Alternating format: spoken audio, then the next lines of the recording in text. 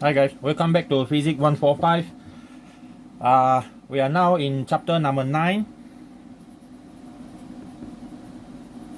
This chapter 9 comprises of two parts: the direct current and alternating current.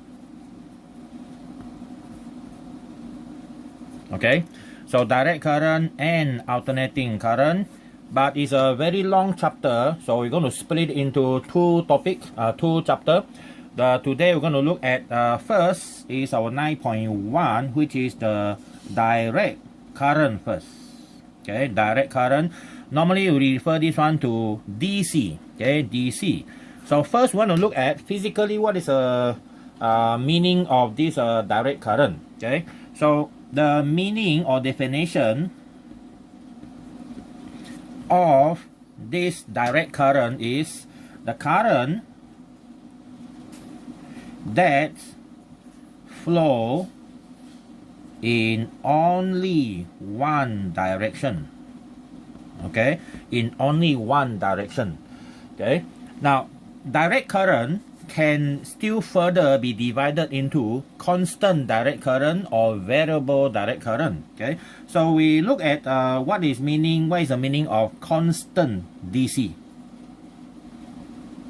Okay, constant DC or constant direct current. Constant direct current are current that if we show in a graph, it will have something that looks like this. Okay, so there's a time, this is the voltage DC. So the graph should look something like this. Because it is constant, it can be here, okay, with a constant value of, let's say, V1. It can also be in the negative direction, okay, in a negative direction, opposite direction. Okay, so we draw another graph for that. So that one is in a positive direction, let's say, and then we might have another one that looks like this, okay, where the current is in the negative side. They flow in the opposite direction with a negative V2, let's say. These are constant value. You see that the line is horizontal. So this is constant positive direct current. This is a constant negative direct current. All right. Now, the example of sources, okay, sources of constant DC, okay, sources of constant DC. That means, where do we get this type of power supply here, which is constant? Okay, number one is cell or battery. Okay, cell or battery. Okay, any chemical cell, any chemical battery. This is one of it. Okay, and then number two is regulated DC power supply. Okay, regulated, it is not only rectified, but it is regulated. That means the value are very constant. Okay, so that is the example of constant DC current. Now next we want to look at another type, which is variable. Okay, non-constant. Okay, not DC power supply that is not constant, so we call that one variable. Okay, variable DC. Okay, variable direct current. Example of variable direct current will look like this. Okay, I give you a few examples. Okay, give you a few examples like this.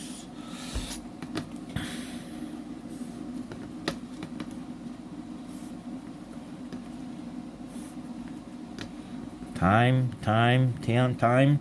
This is VDC, VDC, VDC.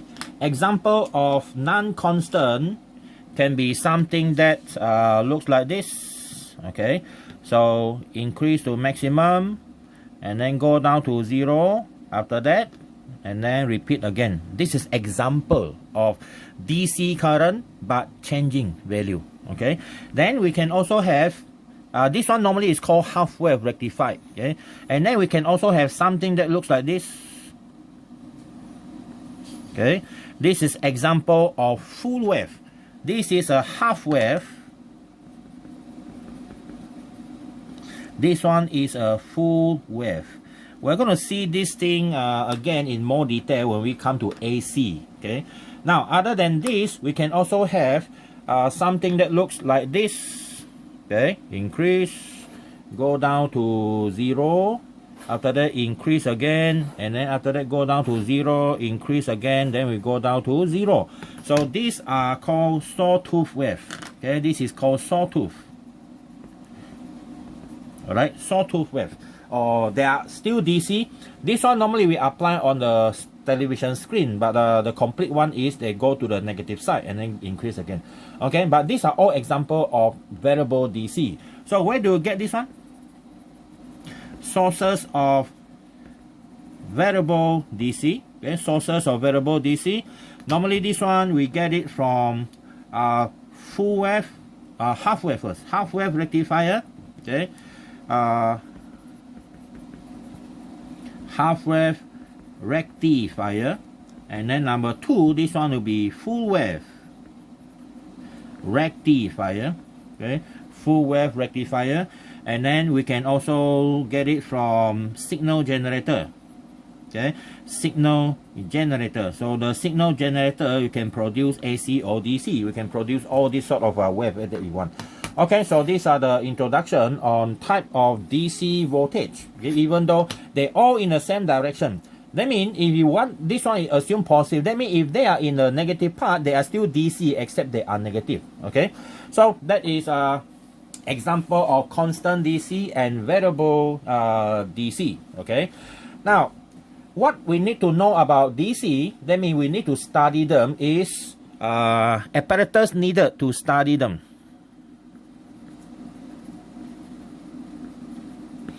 To study DC. Okay, apparatus needed to study DC. Number 1, of course, you need a DC voltmeter. Okay, and then number 2, you need a DC ammeter. Alright, and then number 3, you need a DC supply or DC power supply, and you need some resistor. Okay, need some resistor. Well, that is the most common thing that we need. No? Okay, so DC voltmeter, DC ammeter, DC power supply. So the symbol for voltmeter will be this, symbol for ammeter will be this, and symbol for DC power supply is this one. Okay, and then resistor will be something that looks like this. So these are common symbol used in the study of DC circuit. Okay, so the first thing that we need to study is to study the meaning of resistance. Okay, so we start with resistance. Okay, the meaning of resistance. We don't go into so detailed qualitative about resistance, because later when we come to Ohm's law, we need to look at this thing again. So what is resistance? Generally, resistance of a conductor. Because when you study electricity, you either use conductor or semiconductor. Insulator cannot conduct electricity, so that one will be out of picture. So in this case, because we are not studying semiconductor, so we assume they are conductor. So resistance of a conductor is the property of the conductor, okay, in resisting the flow of current, okay, through it. You see, it's a property that is inside the conductor, okay, belong to the conductor, that had the ability to resist the flow of current or to resist the movement of the charge. In this case, it is the free electron, okay, free electron. So that is the meaning of resistance. All right, so for resistance, depends very much on a few things. Okay, it depends very much on a few things. For example, we call the factor that affect resistance. Okay, factor that affect resistance. Number 1 is the length. Okay, so we know that resistance increase when length increase. So resistance is directly proportional to the length of the wire. Okay, and then number 2 is the cross sectional area. Okay, the cross sectional area, that means the thickness of the wire. Is it that big or is it that big? Okay, so these are the 2 different sizes of wire. Now, the larger the cross section, the more way the charge can pass through. So that means the easier the current can flow through. So that one is inversely proportional to A. All right, and then these are the 2 important ones. And then of course another one is the material. Okay, the material of the conductor. Okay, the material of the conductor, we will call that one the resistivity. That means the type of conductor you're using. For example, copper has lower resistance compared to aluminum if they have the same dimension. Okay, they have the same dimension. So now when we combine these 2, we get R directly proportional to L over A. And when we change it into equation, we normally put a constant here. And this constant in this chapter here is a very special constant. We normally use a symbol ρ. Okay? And this symbol ρ is called the resistivity of the material. Okay? So this is our equation number 1, where your ρ is called the resistivity of the conductor. And this one refer to the material of the conductor. Okay, the material used. So different material have different ρ value. So if you want to know the, for example, if you are given a piece of conductor and you know the length, you know the diameter, you know the material, then you can calculate theoretically the resistance between these 2 ends by using this formula. By knowing the ρ value, by knowing the L value, and by knowing the A value. Okay, the cross-sectional area normally is pi r squared, because most of our conductor used as a wire has a circular shape, cylindrical shape. Okay, circular shape. All right, so that is our meaning of resistance and of course resistivity. All right, well, the next one is what happened. Okay, what happened when we put resistor together. Okay, we put resistor together. So that one will be page number 2 here. Now we call that one is the resistor network. Okay, resistor network. Now resistor network talk about arrangement of resistor in which we have to simplify them by replacing them with only one common resistor or one equivalent resistor. So there are 2 types of network. Number 1 is series network or series connection. Okay, number 1 is a series connection. So series connection means, let's say you have 3 resistor like this. Okay, 3 resistor connected to a power supply. Okay, 3 resistor connected to a DC power supply. Let's say it's like this. 1, 2, 3. Okay, so now we have 3 resistors. Okay, with a cell or battery. Now I will call this resistor number 1 R1, R2, and R3. And let's say the current flowing in the circuit is given by I. And then the cell here has a voltage or EMF of E. Alright. Now, in resistance network is, we are trying to reduce the number of resistance here by replacing only one. Okay, so that means we're going to simplify this one. Okay, so that we only need one resistor and do the same job. Okay, to do the same job here. Okay, so now we only have one resistor like this. Okay, that is the purpose. Okay, and of course when you replace that resistor under the same condition, under the same battery, that resistance, which we call R equivalent, must produce the same current. Okay, they must produce the same current under the same battery. If your current is different, that means your equivalent value is not suitable. So you want that function, you want that circuit to function the same like this one. So both of them under the same battery must produce the same current. That is what we call equivalent. So according to formula, our R equivalent is given by R1 plus R2 plus R3. So that one is series connection, okay, under series connection. All right, so when they are in series, the current will be the same passing through each of them, but their voltage will be different. Okay, so that is the first one for series connection. Now, of course, the formula is not only applied to 3 resistors.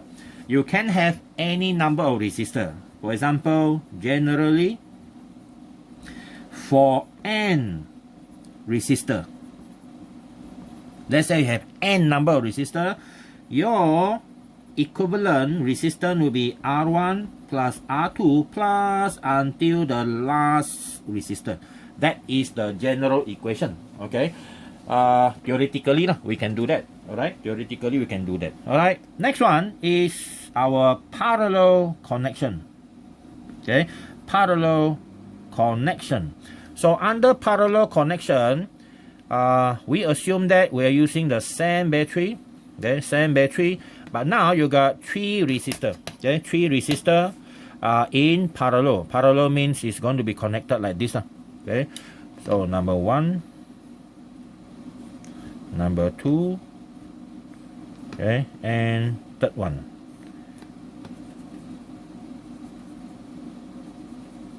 And our cell here, we have the same cell like the one in series connection, E, and the total current here is I. Okay, now I'll call this one R1, this is R2, this is R3. Okay, now we want to replace this one by one simple resistor. Okay, by one simple resistor.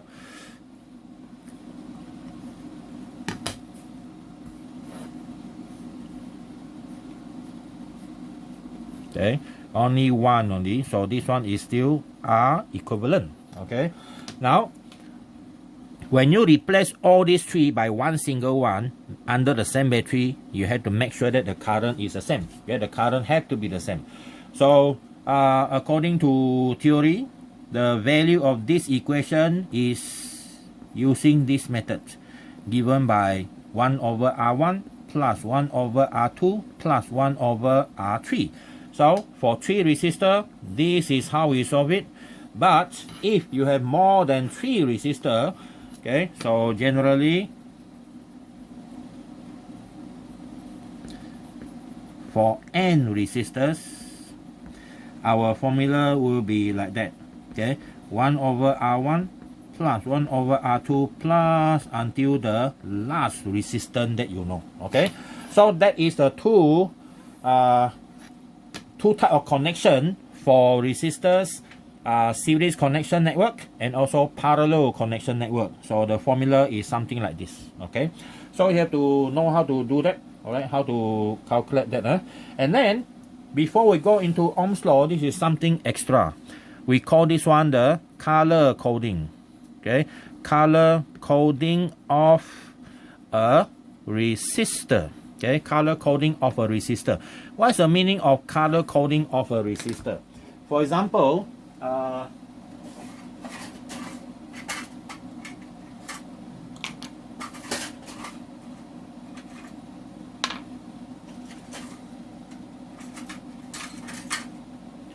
okay, I have a few resistors here.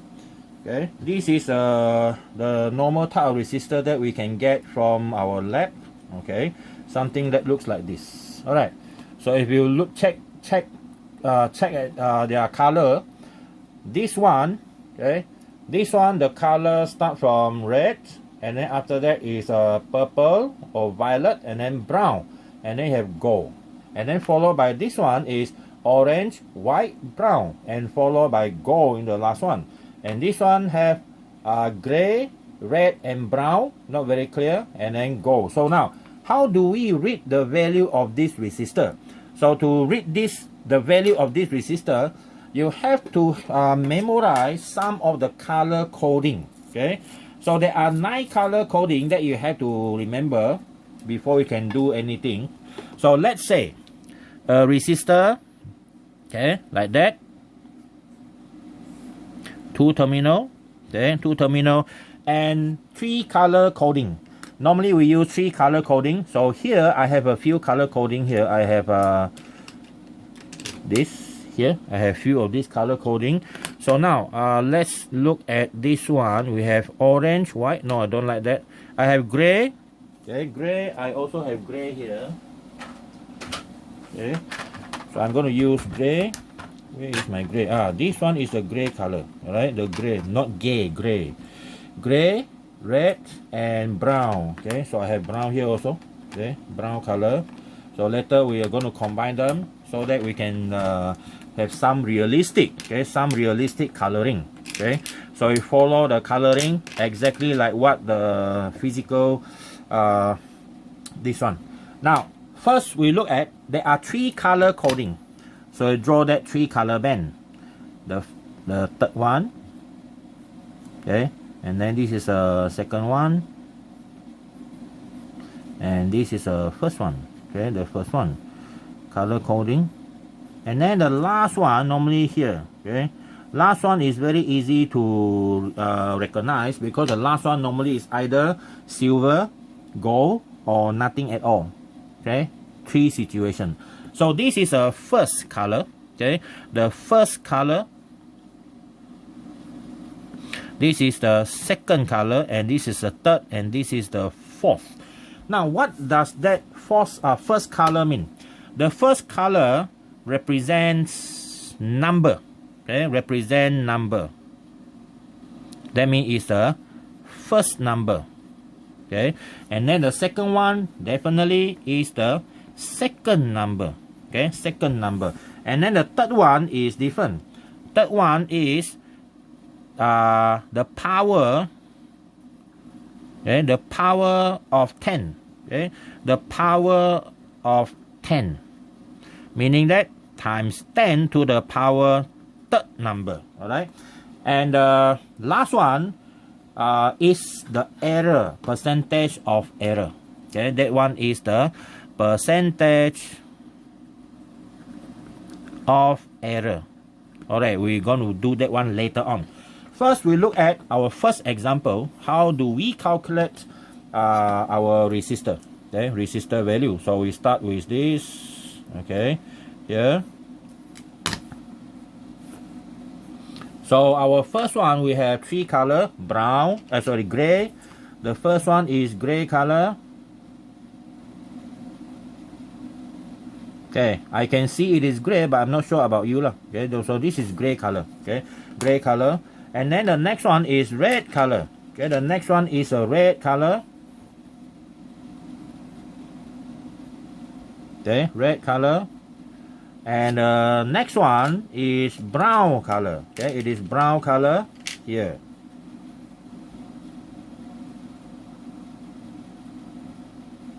Okay, now this coloring have to follow a certain protocol. And the last one is gold. Okay, the last one here is gold. So this is a gold color.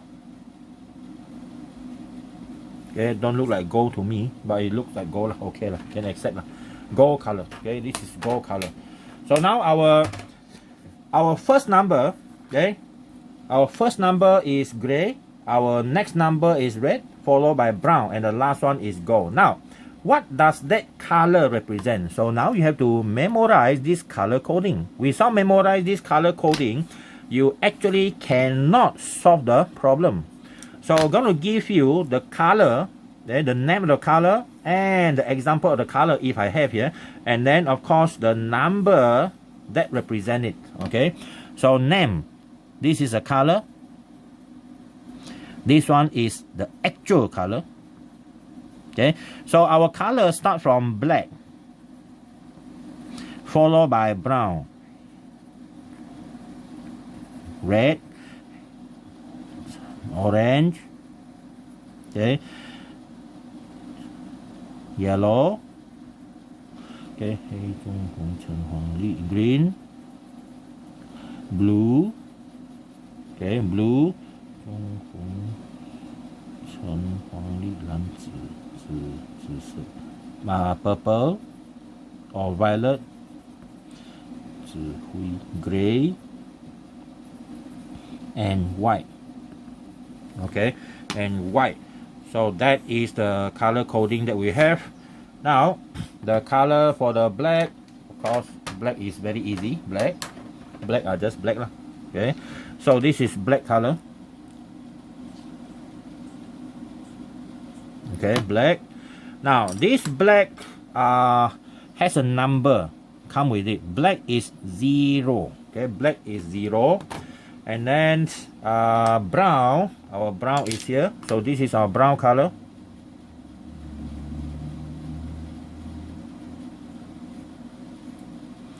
And a brown represent 1. Okay, represent 1. And then followed by red. Okay, the red color represent 2. Okay, red color represent 2. This is 2. Okay, and then orange.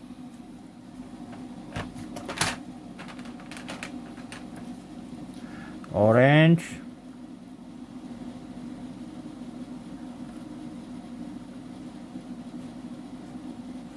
Okay, so orange represent 3. Okay, orange represent 3. Followed by yellow. Okay, followed by yellow. Yellow represent 4. Okay, 4. And then the next one is green. The green color.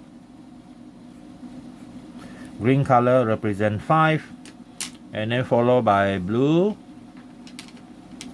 Okay, blue color.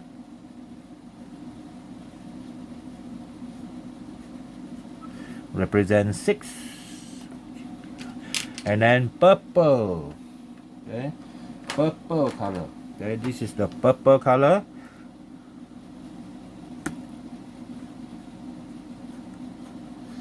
Purple color represents 7.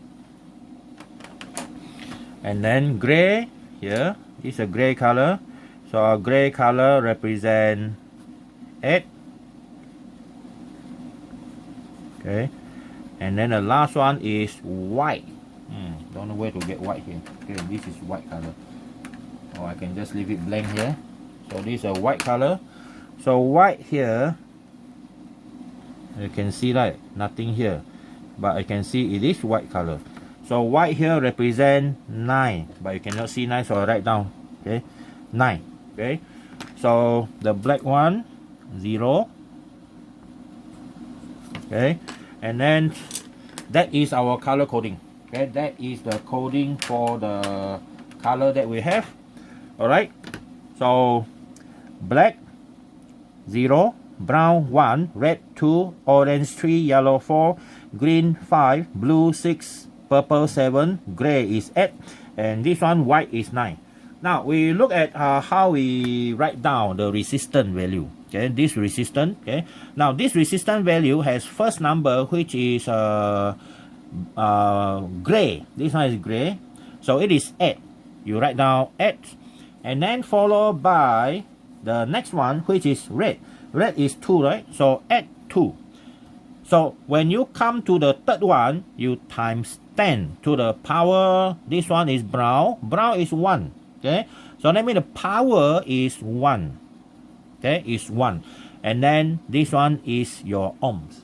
So we can actually write down the resistance of this resistor is 82 times 10 to the power 1 is 820 ohms. Okay, 820 ohms.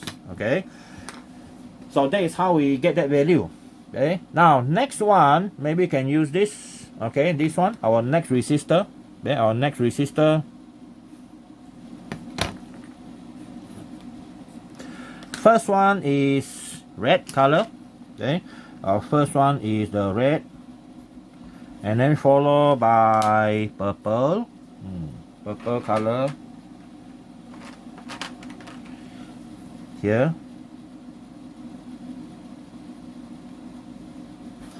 Purple, and then followed by brown again.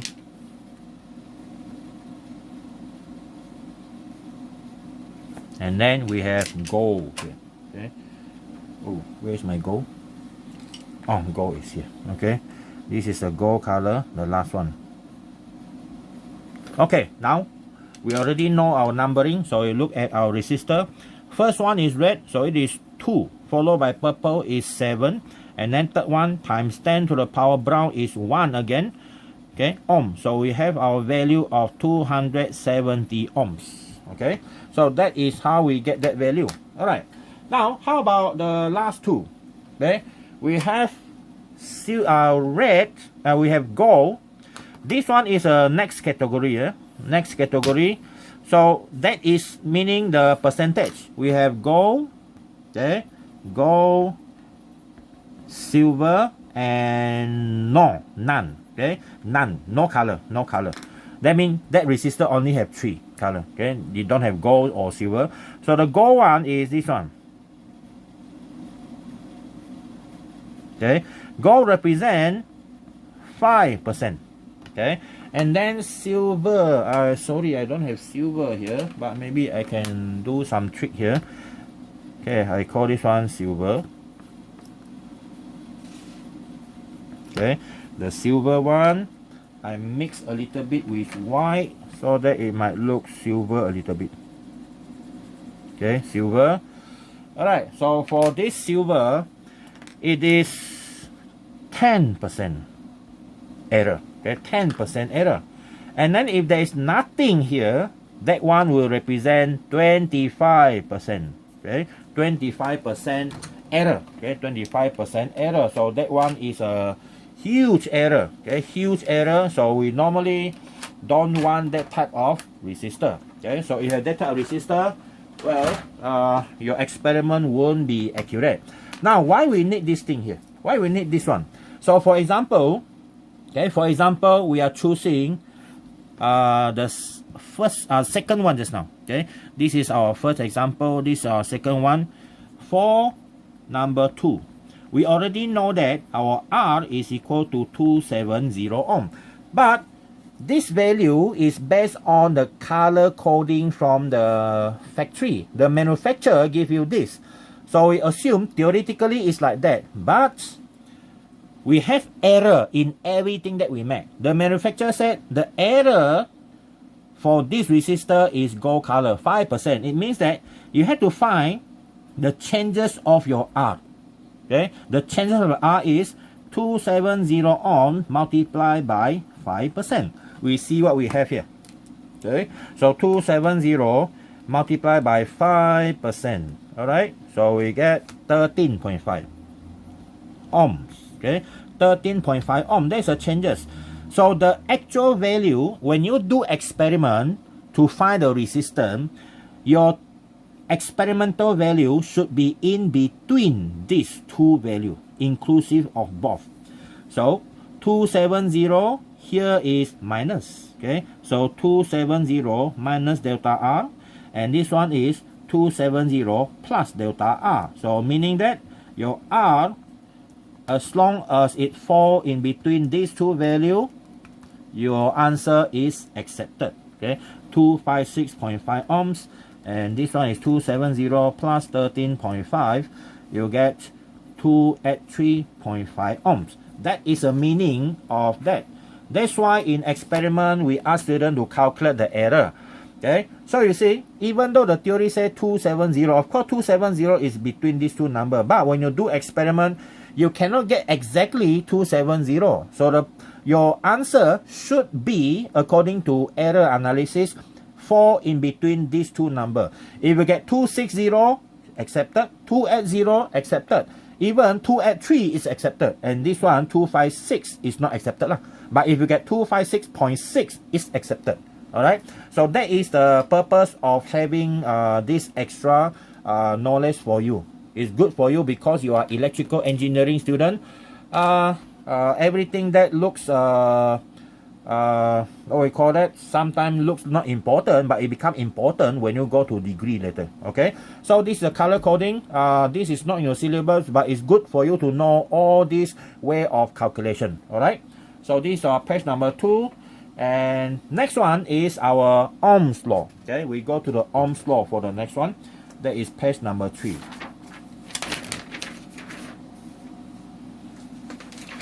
Okay, what is Ohm's law actually? Okay, what is Ohm's law? So this is page number 3. We look at Ohm's law now. Okay, now Ohm's law actually have a relationship between voltage and current that pass through a resistor. So we have to have a circuit, okay, a circuit that have a DC power supply, okay, a DC power supply, and then we must be able to measure the current. So we need an ammeter, okay, and then we also need to be able to change the current, okay, or the voltage across that resistor. So we need 2 resistors here. One of the resistor we can change the value, which is called a rheostat. Okay, a rheostat. This rheostat have a symbol that looks like this. Rheostat is simply another name for variable resistor, and this is a resistor that we have. So we are going to connect the voltage across this resistor so that we know what is the potential difference across this resistor R. Okay, so here this is a rheostat. So rheostat is normally RH. Okay, and this one is the battery, but we assume that this is an ideal battery. Okay, ideal battery. So ideal means the internal resistance is equal to 0. Okay, is equal to 0. So that will make our life much easier when we try to get the equation. All right. So what is the experiment here? Okay, our experiment here is we are going to adjust the value of the rheostat so that we change the potential difference across R. And at the same time, for every value of V here, okay, we are going to find the value of A. So that means, yeah, in your experiment, you are going to adjust the rheostat value, okay, adjust the rheostat value so that the value of V, okay, in volts across the resistor R can change, and then at the same time, we can find the value of the current through the resistor R. We don't care about the current that pass through the RH because they are the same. So whatever current you measure here is the same for both of them. So that means it's valid just to take the value here, and it is okay to assume that the current here is the same as this one. Okay, so you are going to have data, a tabulated data like this. Okay, normally minimum about 6 sets of data, and then we're going to plot the graph. Okay, we're going to plot the graph. From the experiment, you will discover that if you plot a graph of V against I, okay, in volts and current in ampere, you're going to get a straight line. Okay, you're going to get a straight line. Okay, but of course there are some assumptions if you want to get that straight line. The current cannot be too big. If your current is too big, what is going to happen is the resistor here is going to heat up.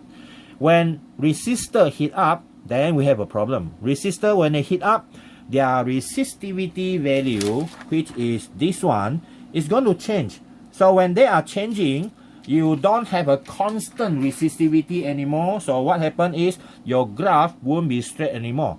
In this case, for example, when I increase the current further and further, what happens is the graph is going to curve up. It's going to curve up. All right, so that's what happened here. But we assume everything is under control. So our graph is going to be a straight line passing through the origin. So what does that mean to you when you have a current, okay, when you have a graph passing through origin and it is a straight line? So we know that from the graph,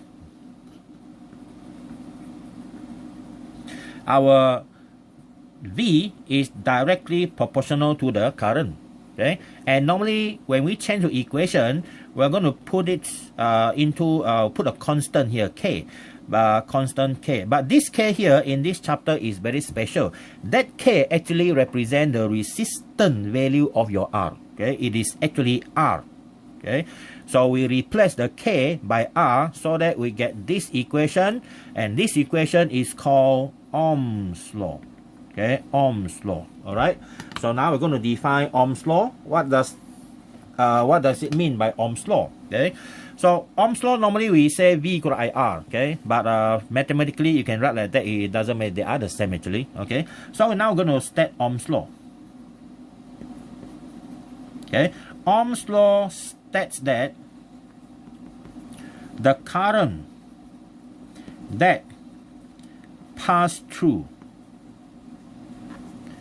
a resistor is directly proportional to the potential difference, okay, the potential difference across the resistor, okay, as long as the temperature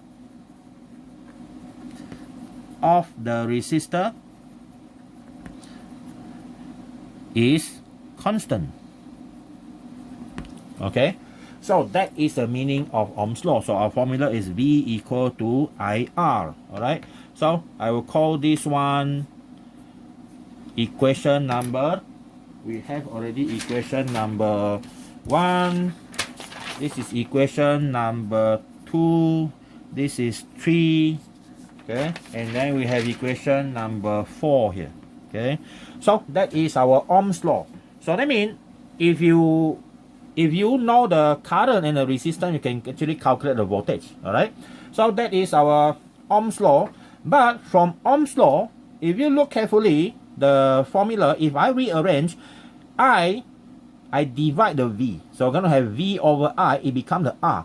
So now we can define our resistance now.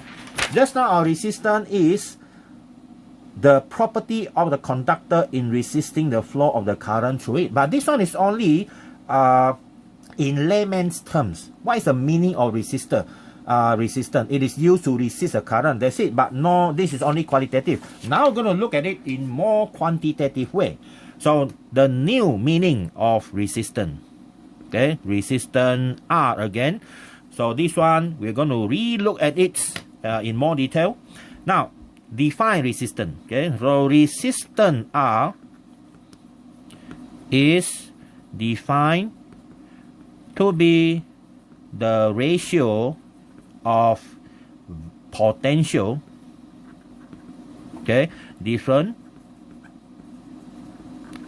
across a conductor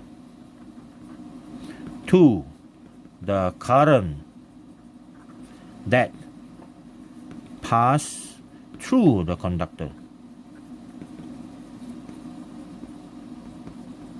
Okay, so that means your R is equal to the potential difference across the conductor V, ratio difference, potential difference to the current divided by current. So that is our, actually they are the same equation, but because it depends on what you want to answer. Is it to tell the story of Ohm's law or to tell the story of resistance? Okay, so if Ohm's law, then you use this, you write this one down. If resistance, then you write this and then you write this one down. And then from here we look at the unit for resistance. The unit is volt per ampere.